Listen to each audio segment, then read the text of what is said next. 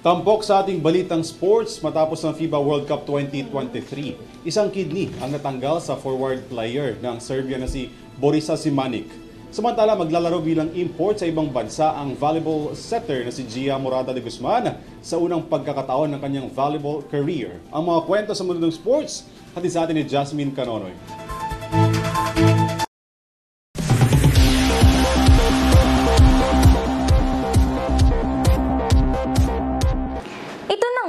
Aksyon!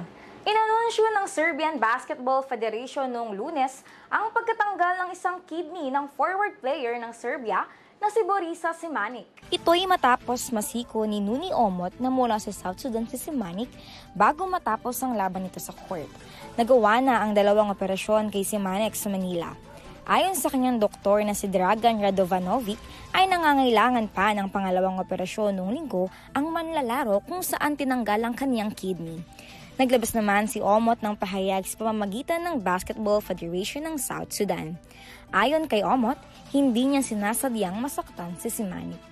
Samantala, pumirma naman ang kontrata sa Denso Airibis ng Japan V-League Division 1 ang 28 taong gulang na setter mula sa Creamline na si Gia Morata de Guzman. Kasama niya sa kupunan si Jaja Santiago na lumipat kamakailan sa JT Marvelous sa Premier League ng Japan. Ayon kay de Guzman, umaasa siya na makakatulong sa bagong grupo at gagawin niya ang lahat kasama ang kanilang coach at mga staff.